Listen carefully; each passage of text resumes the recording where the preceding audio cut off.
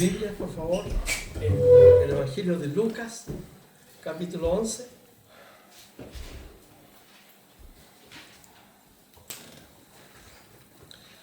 Igual los chicos que no, bueno, ellos están pasando un momento difícil, tenemos que orar también por Aileen, su abuelita y los niños que vienen del Cerro de los Placeres, parece que vienen. Bien, la semana pasada estuvimos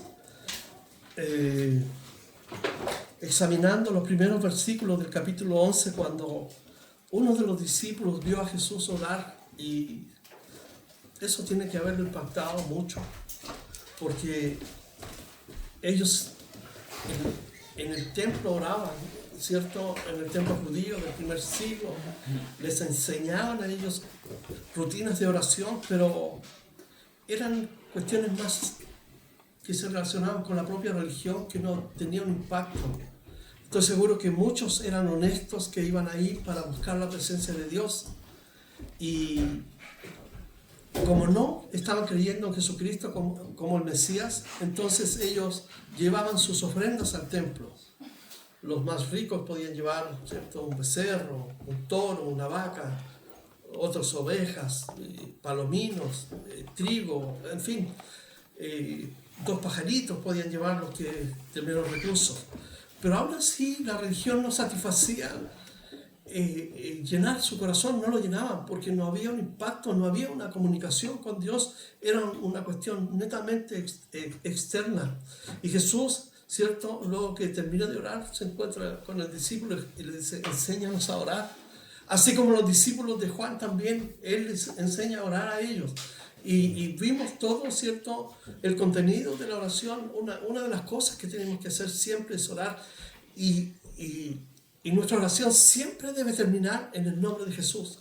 Una de las cosas importantes, no basta decir amén en el nombre de Jesús, porque Jesús mismo nos enseñó en su nombre, en mi nombre deben pedir las cosas al Padre. Entonces, vimos entonces que la oración contempla la adoración a Dios, contempla, ¿cierto?, también pedir por el pan diario, también el pedir perdón y ser perdonados. El perdonar es algo sumamente importante y Jesucristo les enseña eso. Vimos entonces que es importante orar para que el Señor dice: venga tu reino, venga tu reino. Y lo que aprendimos también, que debemos hacer la voluntad de Dios. La voluntad de Dios está aquí en la palabra de Dios. Ella nos enseña, nos orienta, nos guía por el camino, cómo debemos vivir cada día. Si bien es cierto, hay cosas que dependen de la sensibilidad y del discernimiento de cada uno, en el sentido de las decisiones que está tomando, que uno tiene convicción que Dios los está guiando a eso, porque uno ha orado y ha entregado eso delante de Dios. Entonces eso habla de una relación, habla de una comunión con Dios.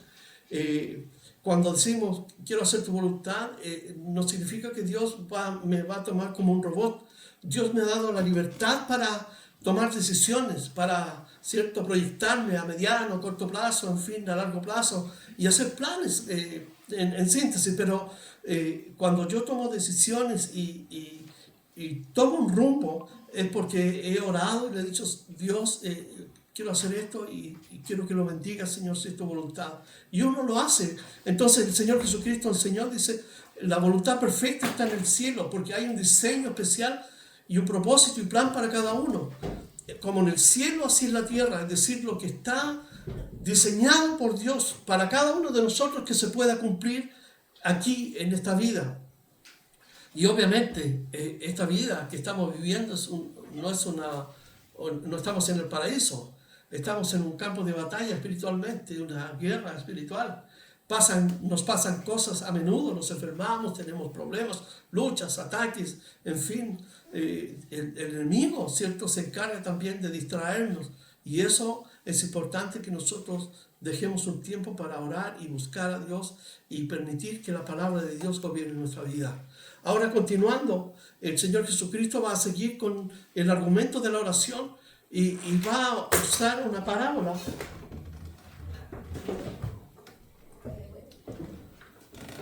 del amigo que es importunado, un amigo que es inoportuno. Y Jesús dice así, vamos a ver en el versículo 5 de Lucas 11, dice, después que termina, dice, y no nos metas en tentación, mas líbranos del mal. Ya vimos ya que Dios no tienta a nadie, sino que cada uno es tentado de su propia concupiscencia o de su deseo, que es contrario a la voluntad de Dios y que es pecaminoso. Y termina allí, entonces el Señor les dice ahora, les dijo también, ¿quién de vosotros que tenga un amigo va a él a medianoche y le dice, amigo, préstame 3 panes, porque un amigo mío ha venido a mí de viaje y no tengo qué ponerle delante? Y aquel respondiendo desde adentro le dice, no me moleste, la puerta ya está cerrada y mis niños están conmigo en cama, ¿no puedo levantarme y dártelos? Entonces, aquí tenemos parte de lo que Jesús quiere enfatizar respecto de la oración, que la oración debe ser persistente y continua, y que no hay horario para que uno pueda orar al Señor. Y el ejemplo que él está usando está relacionado con la hospitalidad que existía en el Medio Oriente en el primer siglo. Cuando alguien cerraba su puerta a medianoche, estaba dándole la espalda a cualquier auxilio que uno pudiera prestarle a alguien que estuviera pasando un problema de cualquier cierto índole, o cualquiera sea la circunstancia que esté pasando la persona. El cerrar la puerta significa entonces cerrar la puerta a la hospitalidad. Pero aún así, Jesucristo usa un término aquí que me encanta, porque dice aquí, en el versículo 7 dice, el 8, perdón, dice, os digo que aunque no se levante a dárselos por ser su amigo, sin embargo por su importunidad se levantará y le dará todo lo que necesite. Por la presión, porque era un amigo, pero no bastaba que el amigo, ¿cierto? Porque él ya estaba acostado. En la cultura a medianoche en el Medio Oriente, los ladrones, los robos, entonces las camas de los niños estaban en una parte alta y ya él también estaba acostado.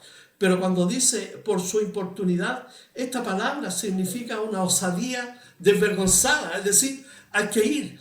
¿Qué significa esto? Que significa que tenemos que presentarnos a Dios en todas las circunstancias, en todo momento, no importa el horario. Dios no duerme. El Salmo dice, no se dormirá aquel que guarda a Israel. Por lo tanto, Dios tampoco duerme para cuidar y proteger a su iglesia.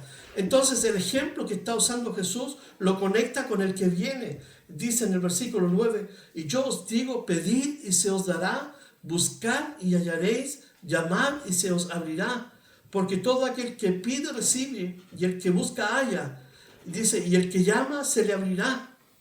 Entonces, Jesús no tan solo le enseña, ¿cierto?, cómo orar a ellos, sino también le enseña que la oración tiene que estar acompañada de una persistencia, tiene que haber una intención y un deseo de orar, de buscar a Dios, y no hay límites de tiempo ni espacio para que podamos buscar a Dios. Y sabemos, como dice Isaías 65:24, dice, antes que clamen, yo responderé. Y en Mateo, el capítulo 6, dice que Él sabe de qué tenemos necesidad, pero a Él le encanta porque es nuestro Padre Celestial. Recuerden que Jesús comienza diciendo, Abba, ¿cierto?, que significa Padre, Padre nuestro.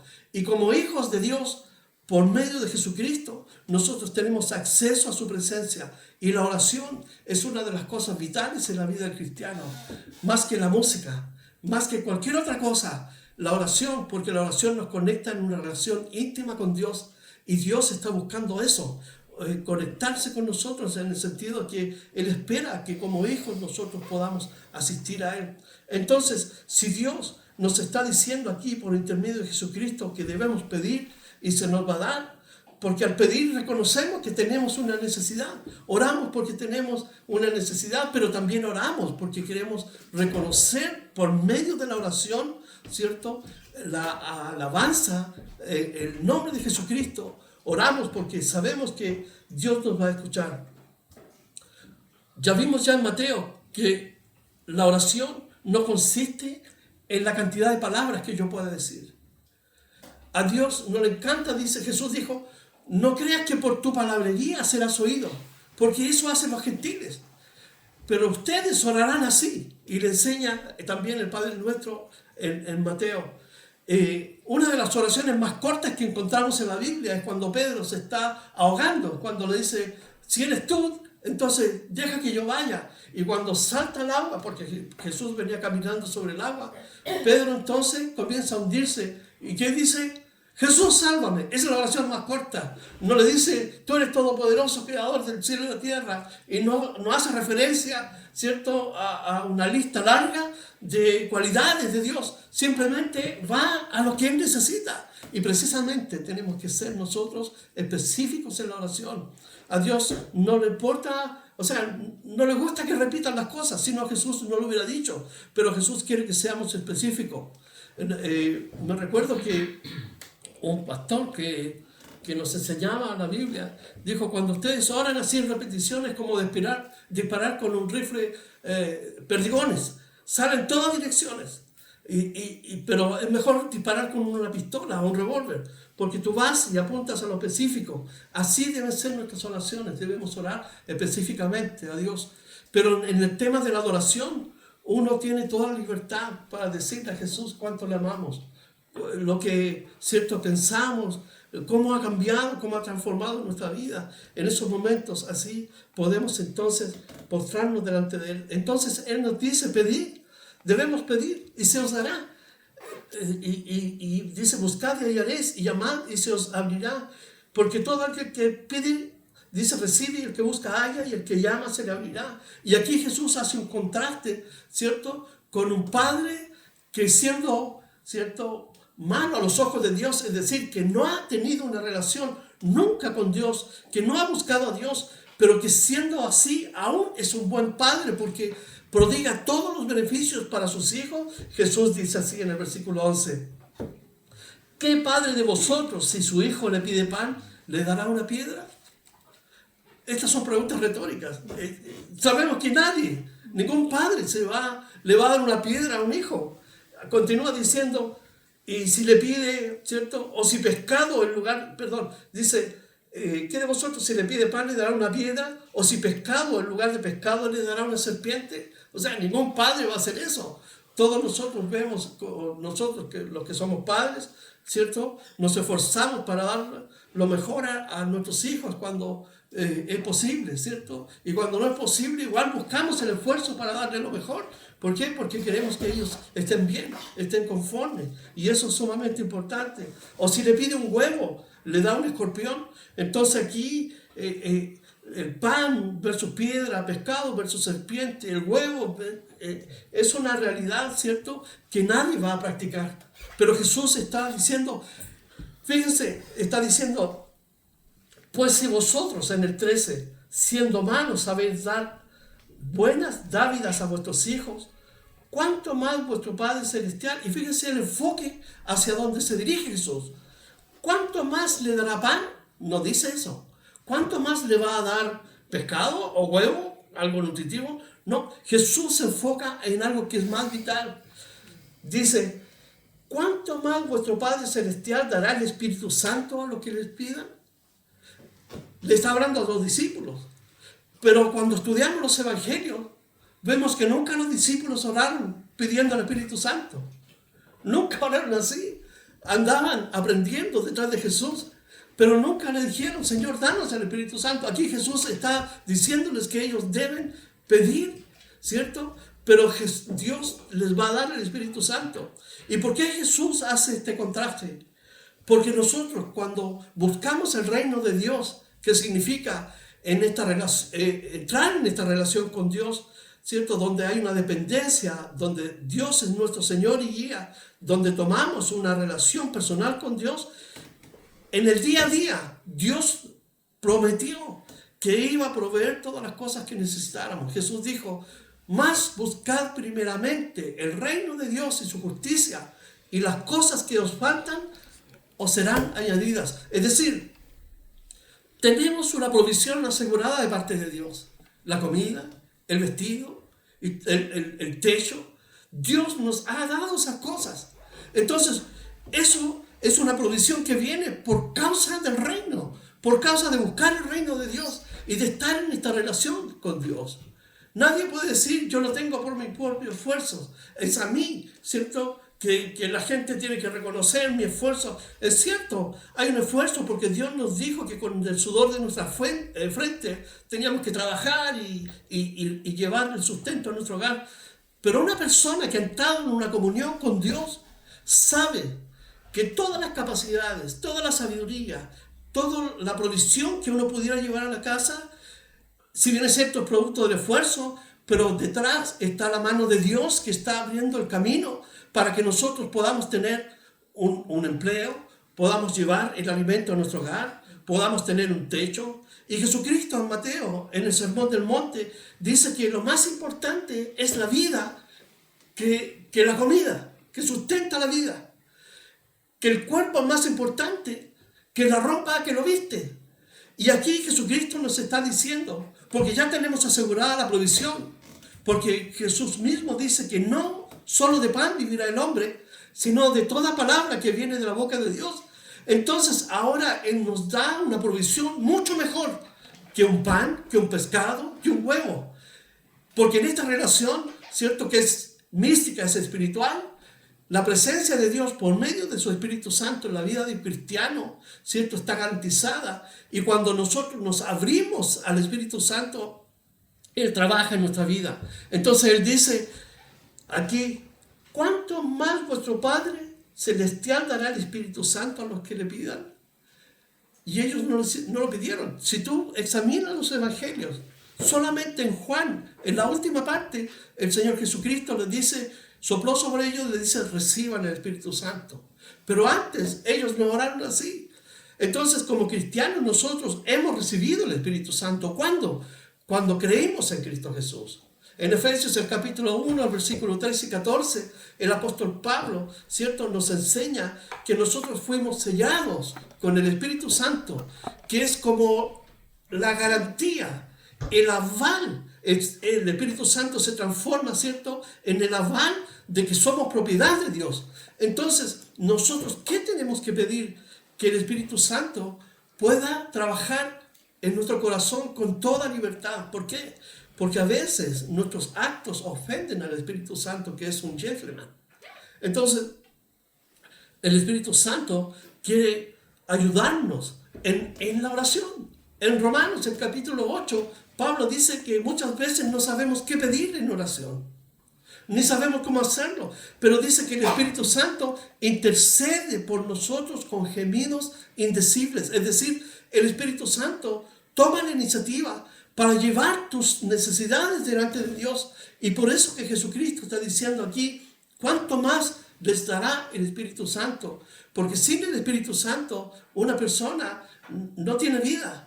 En Juan 14 al 16, el Señor Jesucristo enseñó a los discípulos que les iba a enviar el Paracleto y que Él iba a recordar de todas las cosas que Él había hablado, que los iba a guiar, que los iba a enseñar y que iba a mostrar las cosas que iban a venir en este último tiempo, lo cual nosotros podemos comprobar de una manera pero eficaz. Por lo tanto, el pedir el Espíritu Santo es una obra que en realidad maravillosa. ¿Por qué? Porque nos ayuda a romper lo material, ¿cierto? La materialidad de nuestra vida, la que nos rodea del día a día. El Espíritu Santo nos hace sensibles a las cosas de Dios.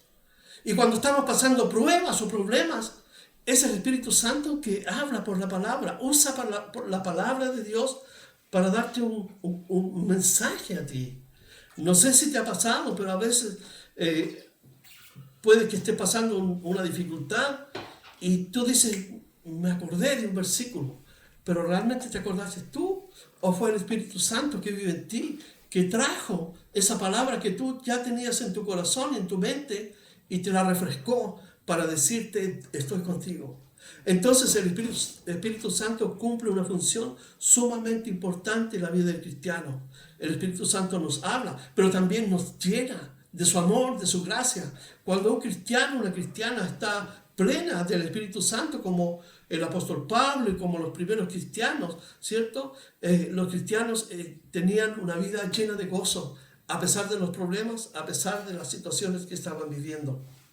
Entonces, la vida cristiana no consiste en los bienes materiales que nosotros podamos obtener, o conseguir, sino la vida cristiana consiste en la obra del Espíritu Santo trabajando en nuestra vida por medio de la palabra de Dios en esta relación personal con Dios. Entonces Jesucristo culmina aquí la esencia de la oración, la persistencia, que cuando pedimos siempre hay respuesta.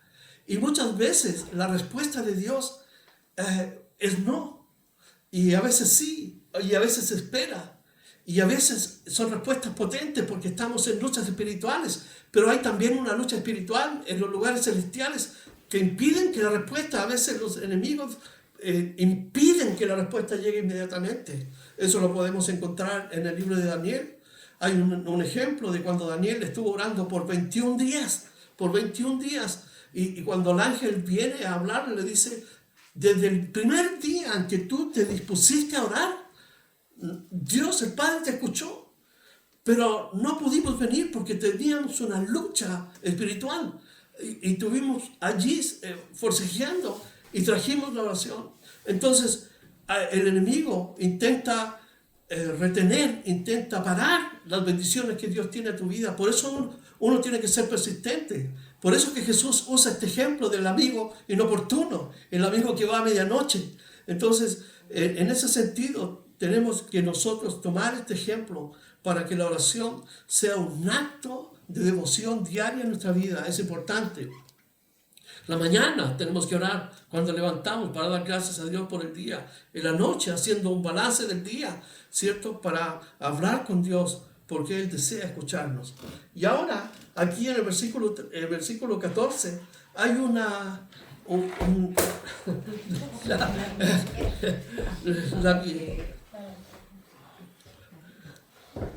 enseñanza que Jesucristo va a compartir con sus discípulos y toda la gente.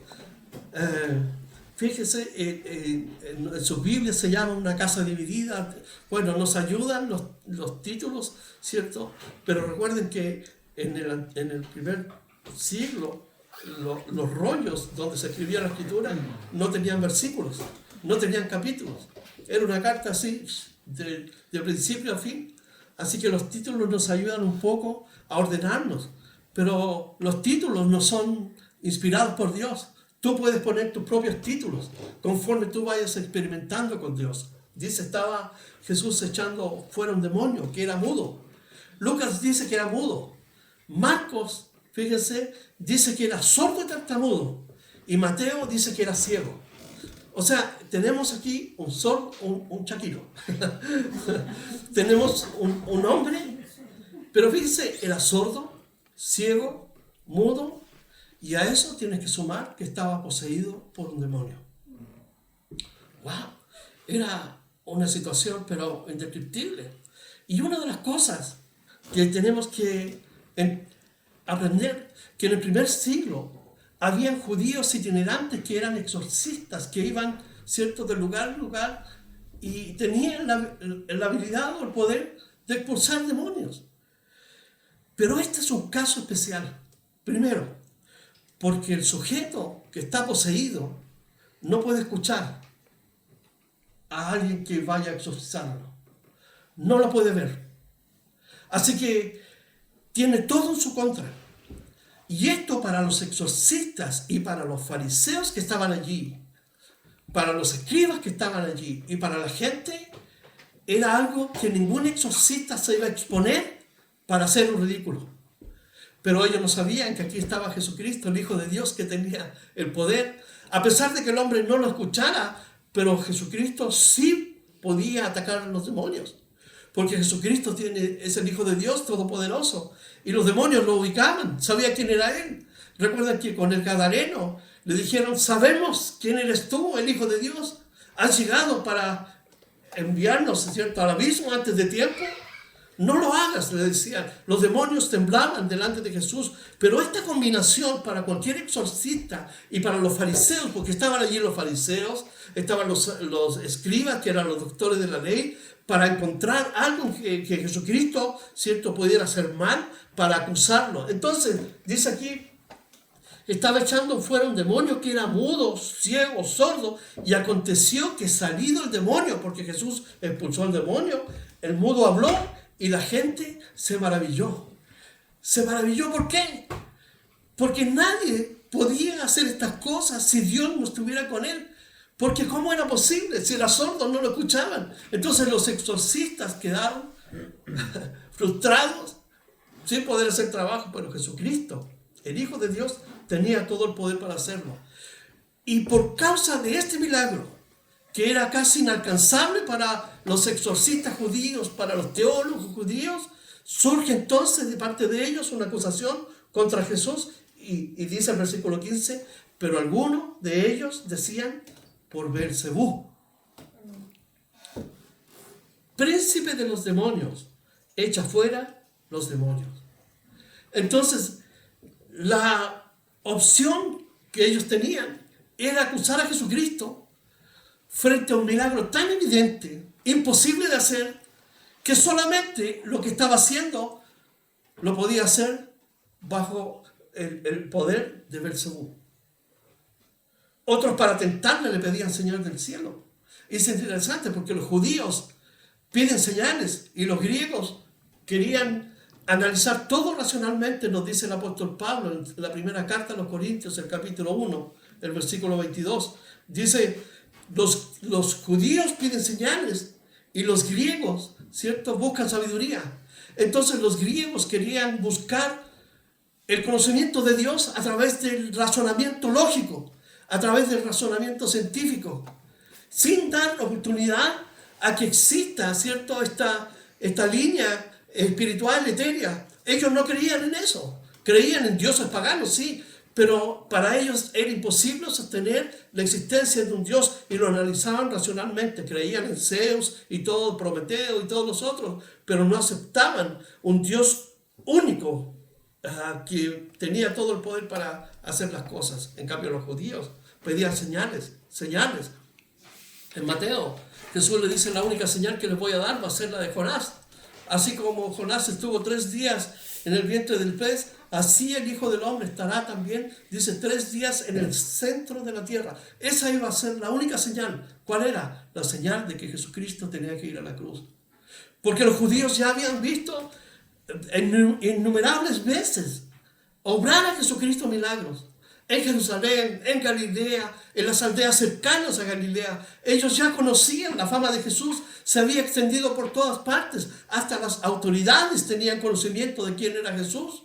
El mismo Herodes decía, este es Juan Bautista que resucitó. Otros decían, esto es uno de los profetas. En fin, la gente tenía un conocimiento de quién era Jesús, pero estos estaban ahora achacando el milagro al poder de Satanás.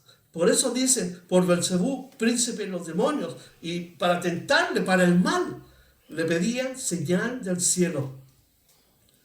Es interesante que Baal-Zebú o Beelzebú deriva de un nombre de un dios pagano cananeo. Cuando Israel sale de Egipto, después de los 400 años de esclavitud, Dios les dice que no deben mezclarse con las naciones aledañas ni tomar sus costumbres. ¿Por qué? Porque los cananeos adoraban a Baal, el dios de la tormenta, el dios de la cosecha. Era un dios que ellos tenían, digamos, como el creador de todas las cosas, y a él adoraban. Estaba Moloch, ante el dios, digamos, que amaban sus hijos. Era una figura de un toro gigante metálico, y lo calentaban al punto de dejar rojas sus manos y ponían los bebés ahí. Y mientras los bebés se quemaban, ¿cierto?, ellos golpeaban los tambores. Esto sucedía ahí en pleno Jerusalén, en el valle de Hinnom, donde hoy en día es un lugar para hacer conciertos. Pero Israel se contaminó con este dios pagano. Y fíjense, en el Antiguo Testamento, el profeta Isaías, voy a nombrarlo rápidamente. Oseas 2:16 dice, Israel llamaba a Baal mi amo. Imagínate, en el año 500, 600, Israel ya se había establecido en toda lo que es Canaán. Estaba el templo en Jerusalén. Y dentro del templo tenían una imagen de Baal, a quien llamaban mi Señor, mi Dios. Dejaron a Dios Por eso el profeta Oseas escribe este libro, ¿cierto? Dios lo hace que se case con una prostituta para mostrar la traición y la adulterio espiritual de Israel. Y ellos llamaban a Baal. Existía un sincretismo religioso. Pensaban que Jehová Dios, pero también Baal. Jeremías dice que los profetas, en el capítulo 2, versículo 8, todos los profetas profetizaban en el nombre de Baal. En el nombre de Baal, dice el Señor. Imagínate, un pueblo que fue tomado por Dios para ser dirigido. Y en 2 de Reyes 21, Manasés, un rey de Israel, levantó altares por todo el norte de Israel a Baal. Se dedicó a la brujería, a la hechicería, a la adivinación, y toda su adoración era hacia a Baal. Entonces, este Dios por el cual están acusando a Jesús, que hacía los milagros, tuvo una preeminencia en el pueblo de Israel. Es más, Elías, el profeta, contendió contra los profetas de Baal en el monte Carmelo, y allí era una guerra cósmica. Nosotros leemos el pasaje, pero de verdad ahí hay una lucha encarnizada donde Dios Jehová está mostrando que Él es el Dios soberano y supremo sobre todos los dioses. Recuerden que Elías hizo que a los 450 profetas de Baal pusieran un toro en un altar, ¿cierto? Y llamaran a su Dios para que el fuego consumiera a ese sacrificio. Y ellos se sajaban, se rasgaban con cuchillos. ¿Y qué pasó? Elías trajo el toro, lo puso sobre el altar, le dijo a los ayudantes, pónganle agua encima. Y cuando oró, ¿qué dice? Fuego del cielo cayó y consumió el holocausto. ¿Por qué? Porque en ese momento Dios mostró la supremacía sobre el poder de Satanás, sobre el poder del enemigo, para mostrar que existe un único Dios, y sobre este Dios pagano Jesús está recibiendo una acusación. En el Nuevo Testamento, Baal-Zebú era el señor de las moscas. ¿Por qué? Porque era el Dios que protegía a los hombres de las plagas, que provocaban las moscas. Lo consideraban también el Dios de la fertilidad. Baal reemplaza a Jehová en el Antiguo Testamento, y ahora en el Nuevo Testamento los judíos lo rechazan y dicen que es el Belcebú, el príncipe de los demonios. Y Jesucristo dice que ese Baal, precisamente, es Satanás actuando en el Antiguo Testamento y ahora en el Nuevo Testamento. Y Jesús, cuando expulsa el demonio en la vida de este hombre que era sordo, ciego y mudo, y lo sanó, ¿qué hizo Jesús? Estableció su poder sobre el poder de las tinieblas. Que a pesar de que los hombres adoran y se postran sobre dioses paganos, Dios tiene un poder soberano por sobre Satanás, por sobre el diablo. Y esto nos lleva a nosotros a considerar las escrituras que nos dicen, ¿cierto?, que Jesucristo venció a Satanás en la cruz del Calvario. En Colosenses, el capítulo 2, dice que Él lo expuso allí en la cruz del Calvario, donde triunfó sobre Él, exponiéndolo. Es decir, Jesús ratificó la victoria allí en la cruz del Calvario. Y le dice, tú, por el poder de Satanás, echas los demonios. Y Jesús entonces va a decirle aquí algo sumamente importante en el versículo 19. Vamos a ir al versículo 19.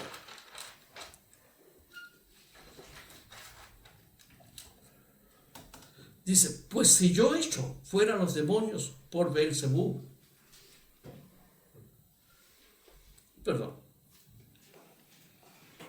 el 17, mas él, conociendo los pensamientos de ellos, les dijo, todo reino dividido contra sí mismo es asolado. Y Jesús establece una verdad aquí increíble. Una casa dividida no permanece. Un hogar donde los esposos están divididos no va a permanecer. Una nación dividida tampoco va a permanecer. Y entonces Jesús lo lleva aquí al terreno del reino espiritual. Entonces les dice, todo reino, el reino de Satanás, el reino de Dios, Todo reino dividido contra sí mismo es asolado, y una casa dividida contra sí misma cae. No puede permanecer. Dice, y si también Satanás está dividido contra sí mismo, ¿cómo permanecerá su reino? Es imposible que Satanás se expulse a sí mismo. Les está diciendo, ya que decid que por Belcebú echo yo fuera a los demonios. Pues si yo echo fuera a los demonios por Belcebú, recuerden que hay exorcistas ahí que no quisieron asumir el riesgo. Si yo echo fuera los demonios por Belcebú, vuestros hijos, ¿por quiénes los echan? Es decir, los exorcistas que están aquí, ¿en nombre de quién echan los demonios? Por tanto, ellos serán vuestros jueces. ¿Qué quiere decir Jesús con esto? Que ellos reconocían y reconocieron que la única forma de una persona ser liberada del poder de las tinieblas es porque existe el poder de Dios mayor por sobre el poder de las tinieblas, y ese reconocimiento actúa como testigo en contra de estos mismos líderes que se ufanaban de su conocimiento de Dios. Por eso Jesús dice, por tanto ellos serán vuestros jueces, es decir, ellos mismos van a reconocer que es imposible que una persona sea liberada, a no ser que el poder de Dios actúe milagrosamente para liberarlo. Mas si por el dedo de Dios echo yo fuera a los demonios, ciertamente el reino de Dios ha llegado a vosotros. Jesús usa aquí un concepto muy importante. En Éxodo 8:18, si pueden buscarlo, Éxodo 8:18.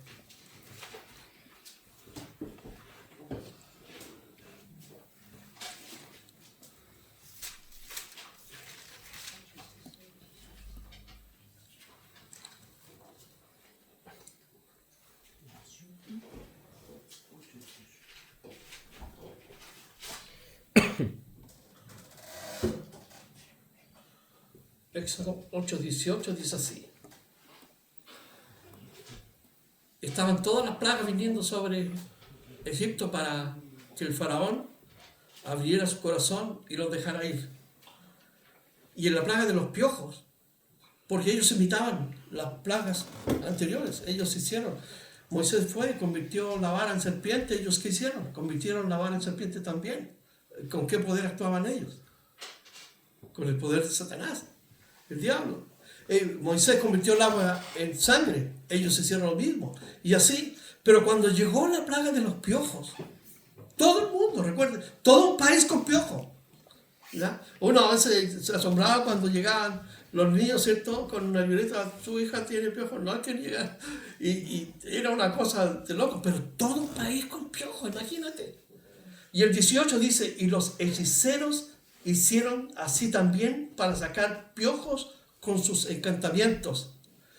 Pero no pudieron. Y hubo piojos, tantos en los hombres como en las bestias. Entonces los hechiceros dijeron a Faraón, dedo de Dios es este. Es decir, hay un Dios más poderoso sobre nosotros. Y Jesús en Mateo 12:28, Mateo, el capítulo 12, el versículo 28,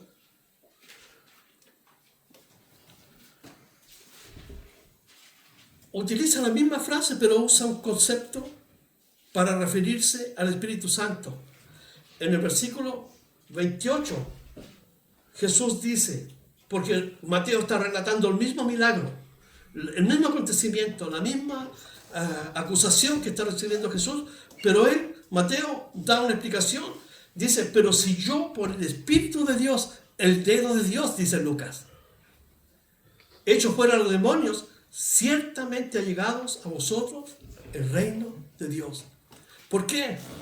Porque recuerden que en el principio, cuando Satanás tentó a Adán y Eva, él tomó control no tan solo de la humanidad, sino de todo.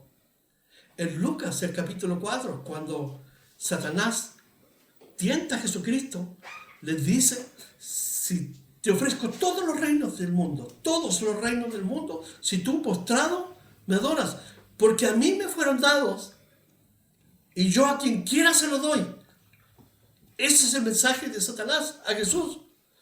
Y aquí Jesucristo está diciendo, ciertamente ha llegado a vosotros el reino de Dios. Es decir, aunque está el reino de Satanás hoy día operando, ha llegado un reino que es superior. Y por eso los demonios salen expulsados de las personas. Por eso son sanados las personas. Por eso que la gente está viniendo al reino. El reino es el gobierno de Dios, que un día se va a concretar literalmente en el gobierno de los 1000 años por Jesucristo, para que se cumplan las promesas a Israel y a la iglesia. Pero mientras tanto, cuando nos relacionamos con Dios por medio de Jesucristo, ese reino que Jesucristo vino a anunciar está en nuestra propia vida. Es un reino espiritual, donde hay un rey, un Señor, que es nuestro Padre Celestial, que obra a través de Jesucristo y por su Espíritu Santo. Pero también hay otro reino, que es el reino que Satanás le ofreció a Jesucristo. Porque dice, porque a mí me fueron dados. ¿Y cuándo fue dado? Cuando Adán y Eva rechazaron obedecer a Dios y obedecieron sus deseos, ¿cierto? Para satisfacer ese deseo de ser igual a Dios. En ese instante cayeron en la trampa de Satanás y el enemigo tomó control de todo el mundo. Por eso en 1 de Juan 5:19 dice que el mundo está en el maligno.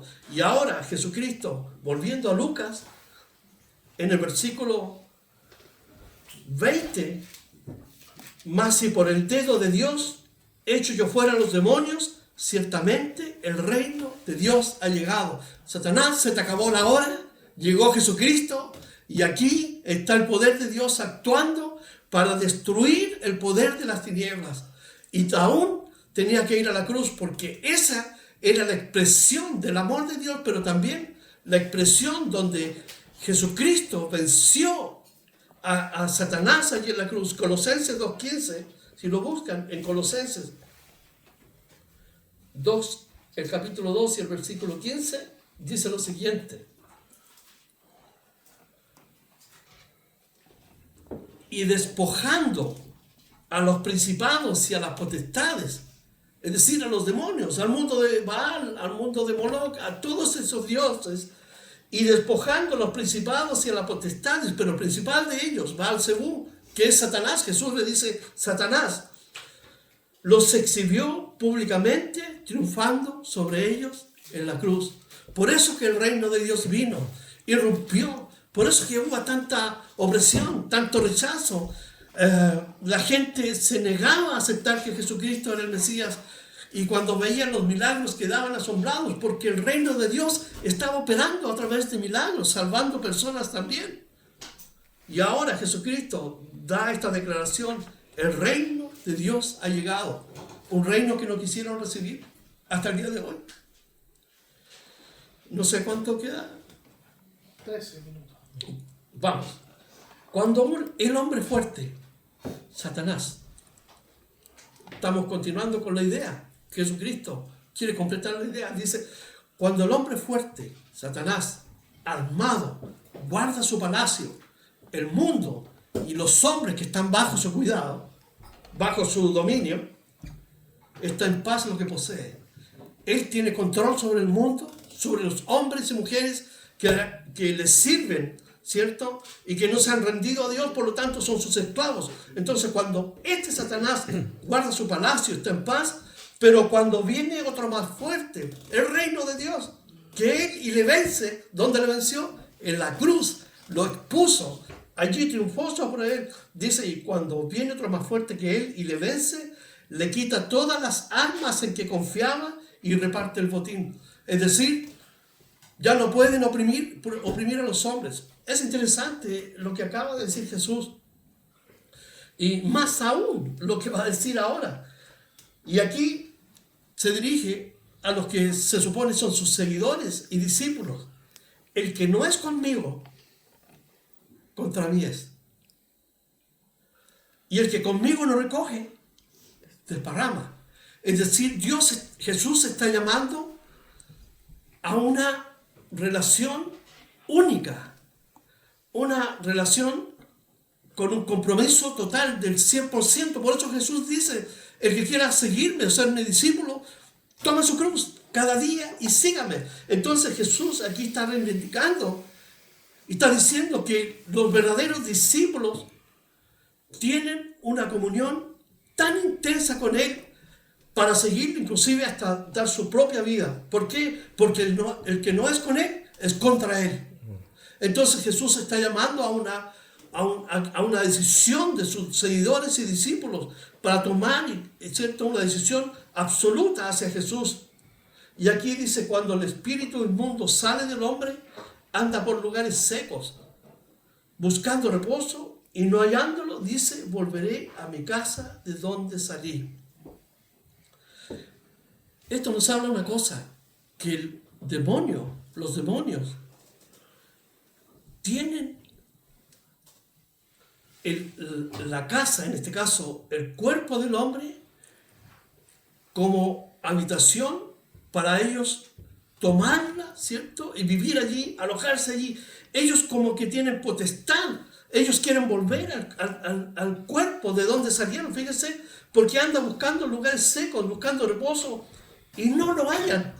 La única forma de encontrar reposo de un demonio es poseer a una persona, a un animal. Hay animales que han sido poseídos por demonios, pero mayormente quieren al hombre poseerlo. ¿Por qué? Porque en Génesis 1:26 Dios dijo, hagamos al hombre a nuestra imagen y semejanza. ¿Por qué quieren poseerlo y destruirlo?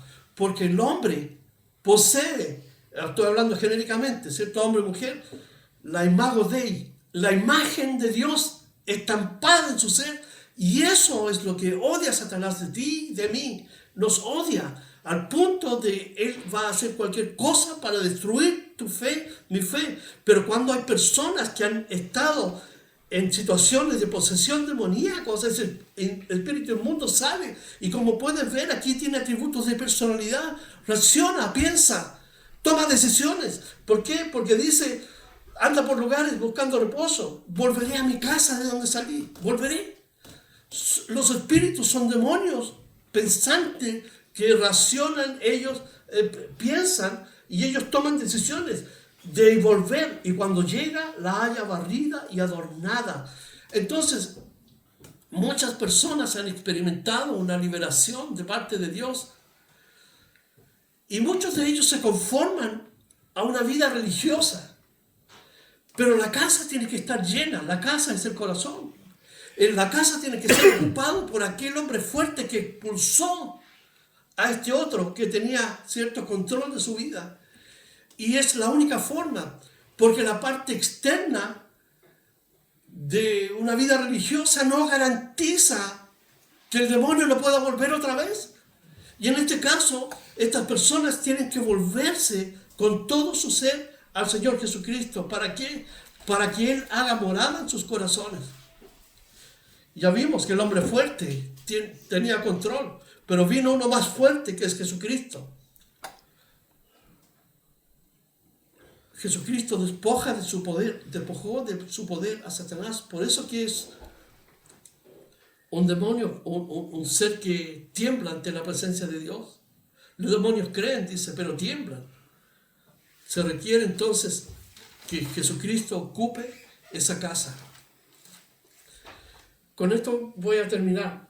Aquí dice, cuando el espíritu inmundo sale del hombre, anda por lugares secos buscando reposo, y no hallándolo, dice, volveré a mi casa de donde salí. Y cuando llega, la haya barrida y adornada. Claro, fue liberado, pero la mayoría de las veces se adaptan a un sistema religioso, no a una relación personal con Dios. Entonces va y toma otros 7 espíritus peores que él, y entrados moran allí, y el postrer estado de aquel hombre viene a ser peor que el primero.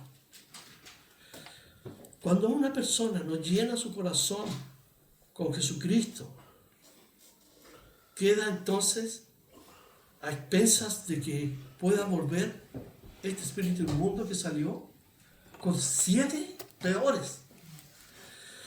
Y esto para mí es interesante para concluir. Antes quiero que veamos un pasaje, Lucas aquí mismo 13:35. Lucas 13:35. el último versículo del capítulo. Dice, Jerusalén, Jesús está entrando a Jerusalén, dice, Jerusalén, Jerusalén, que mata a los profetas. Pero el 35 dice, he aquí, vuestra casa os es dejada desierta. Y os digo que no me veréis hasta que llegue el tiempo en que digáis, bendito el que viene en el nombre del Señor. Cuando Jesús utiliza el concepto del hombre fuerte que controla la casa, está hablando de una persona que tiene su corazón controlado por Satanás. Pero al mismo tiempo está hablando de una ciudad, de una nación. Y como vemos aquí en Lucas 13:35, Jesús dice, vuestra casa os dejada desierta. Se puede referir a una nación también. Y cuando el espíritu inmundo toma otros 7 y habita esa casa que ha sido limpiada, barrida, que habla de un aspecto externo de limpieza y no una profunda del corazón, el estado postrer de ese ser, de esa nación, de esa ciudad, es peor de como estaba al principio. Israel, cuando Pilato le dijo, ¿a quién quieren? ¿A Barrabás o a Jesús? Ellos dijeron, queremos a Barrabás. Su sangre sea sobre nuestras cabezas. Aceptamos la responsabilidad, generación tras generación, de rechazar a Jesús porque Él no es el Mesías, es un impostor. Queremos a Barrabás, aceptamos las consecuencias. En el año 70, cuando Jerusalén fue destruida por el general Tito, donde murieron más de 1 millón de judíos y más de 100.000 fueron llevados cautivos, desde ahí hasta el año 1948, Israel vagó por todas partes del mundo. Pero como han rechazado a Jesucristo, entonces la casa de Israel ha sido habitada por espíritus seductores y engañadores del pueblo de Israel. Hoy día Israel tiene una tierra, pero la capital del homosexualismo y lesbianismo, ¿dónde está? En Tel Aviv. Las prácticas que tiene Israel son todas contrarias a lo que Dios estableció por medio de los profetas. Por lo tanto, podemos ver que la condición, ellos rechazaron a Jesucristo. Jesucristo estuvo ahí. Le dijo, el reino de Dios ha llegado. ¿Por qué? Porque aquí hay uno más fuerte que el hombre poderoso. Y he traído el reino. Y es por el poder de Dios, por el poder del Espíritu Santo. Y ellos lo rechazaron. Y ahora, por ese rechazo, entonces han sufrido las consecuencias de que cada vez está peor, peor, peor Israel. Puede avanzar científicamente. Puede, en la parte armamentística, puede ser lo mejor. Pero están cada vez más alejados de Dios. Es como una ciudad cuando se predica el Evangelio. Y cuando la ciudad misma lo rechaza. Y podemos ver cómo los países se van deteriorando. ¿Por qué?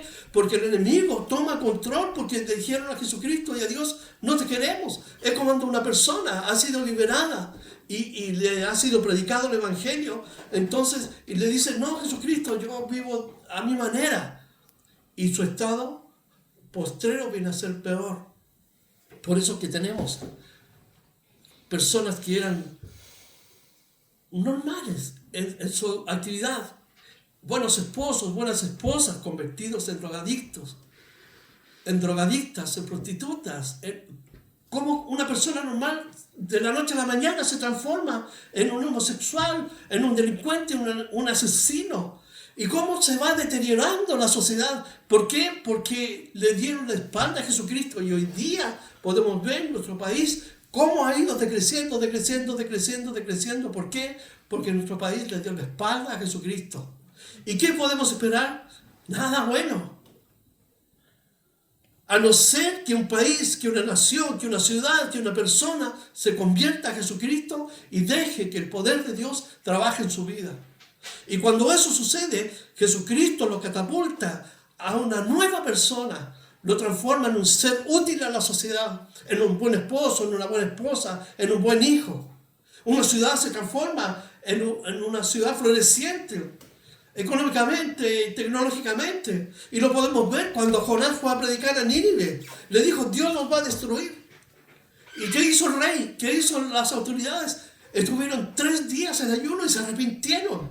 Y Dios no los destruyó y Dios los bendijo a ellos. Pero cuando una ciudad, la misma ciudad más adelante le dio la espalda a Dios, ¿qué hizo Dios? Dios la destruyó. ¿Por qué? Porque no quisieron aceptar el mensaje de Jesucristo. El mensaje de Dios, el mensaje de la palabra. Entonces, esto que Jesucristo acaba de enseñar tiene una fuerza increíble, una enseñanza profunda. Y podemos ver en la degradación del ser humano cuando rechaza a Dios. La iglesia está llamada a predicar el reino de Dios para que personas que viven en la oscuridad más profunda de la vida puedan ser rescatadas por el mensaje de Jesucristo. Y esa es una de las labores que tenemos que hacer. Estudiamos la palabra, porque vemos el proceso, esos estagios que se van produciendo cuando la persona se va degradando más y más y más. Pero por el otro lado, podemos ver que el Señor Jesucristo nos dice: ¿cuánto más el Señor les dará el Espíritu Santo a ustedes que lo piden? Ustedes tienen testimonios cercanos, tienen familiares, compañeros de trabajo que se han ido degradando cada vez más. ¿Por qué? Porque cerraron la puerta. Y aquí el enemigo tiene una influencia poderosa. Tal vez no son poseídos, pero el enemigo los influencia hacia las drogas, hacia el alcohol, hacia la pornografía. Hoy día niños de 6, 7 años están mirando pornografía en los colegios. Están amenazando con pistolas, con fotografía a los profesores. ¿Qué es eso? Es el enemigo, el hombre fuerte, que ha tomado control con 7 demonios más poderosos para influir negativamente en una sociedad. Nosotros tenemos el privilegio de haber sido rescatados por el Señor Jesucristo, haber sido llevados a esta luz, y tenemos que seguir perseverando, porque se vienen días peores, porque ya vimos ya que hay una degradación hacia abajo de una sociedad que le ha dado la espalda a Dios, pero nosotros vamos hacia arriba. Por eso nosotros tenemos que orar, y termino con esto, como el Señor Jesús dijo: tu reino, Señor, venga tu reino. Y eso no es tan solo físicamente: Señor, pero tú gobierna mi vida, porque tú no sabes con qué te vas a encontrar, qué vas a experimentar. Tenemos que vivir y depender de Dios, y para eso Él nos ha dejado su Espíritu Santo, para que nosotros podamos ser sensibles a su voz, a su dirección y guía, a su voluntad y propósito, porque Él tiene un diseño perfecto para cada uno. Y Jesucristo dejó sentado aquí que hay un reino más poderoso, que es el poder de Dios, que actúa por medio del Espíritu Santo. Les dice a sus discípulos: oren para que Dios les dé el Espíritu Santo, porque lo otro material está ya provisto por Dios. Y esa es la diferencia que hace Jesucristo con un mundo religioso que forma parte de este mundo caído. Vamos a orar. Señor, te damos gracias por tu amor, por tu palabra, Señor, que nos muestra claramente, Señor, tu reino maravilloso, Señor, poderoso sobre un reino, Señor, que pensaba que tenía, Señor, control, pero tú has venido y has tomado, Señor, y despojado al enemigo. En la cruz del Calvario tú lo expusiste y triunfaste sobre ellos, Señor, sobre toda potestad. Y esa victoria, Señor, como dice tu palabra, es nuestra. El apóstol Pablo dice que somos más que victoriosos por aquel que nos amó. Así que, Señor Jesucristo, te damos todas las gracias, toda la honra a ti, Señor. Te damos las gracias por tu Espíritu Santo, Señor, y pedimos que cada día tú nos llenes, Señor, de tu gracia, de tu amor, de tu bondad, pero también de tu Espíritu, para discernir claramente los tiempos, Señor, que estamos viviendo, cómo el mundo se degrada, Señor, pero a manera gigantada, Señor, en las manos de este reino perverso, Señor. Gracias, Señor, porque un día tú vendrás, Señor, y derrotarás absolutamente y totalmente este enemigo, y establecerás tu reino, Señor, donde viviremos contigo para siempre. Mientras tanto, Señor, estamos en este mundo, y tú dijiste que en el mundo también tendríamos aflicciones, pero debíamos tener paz porque tú venciste este mundo, Señor. Guárdanos este día, Señor, bendice a cada uno, sus familias. Tú nos conoces aquí, Señor, los problemas que nos aquejan, nuestras necesidades, Señor. Señor, y te agradecemos porque tú ya tienes provisión. Sin embargo, lo ponemos delante de ti, Señor, para que tú, Señor, abras las ventanas de los cielos, Señor, y derrames tus bendiciones sobre nosotros, tus hijos, Señor. Cuida a tu iglesia, bendícela, Señor, en el mundo entero, especialmente aquellos que están siendo asesinados, Señor, por facciones, Señor, legalistas, facciones, Señor, que odian el cristianismo. En el Oriente Medio, Señor, en China, la China comunista, en Corea del Norte, Señor, y en los países, Señor, donde tu iglesia está siendo asesinada, Señor. Oramos para que tú les des fuerza, Señor, para que su testimonio sirva para que otros puedan llegar a ti, Señor. En el nombre de Jesús te damos gracias por este día y a ti te damos la gloria. Amén y amén.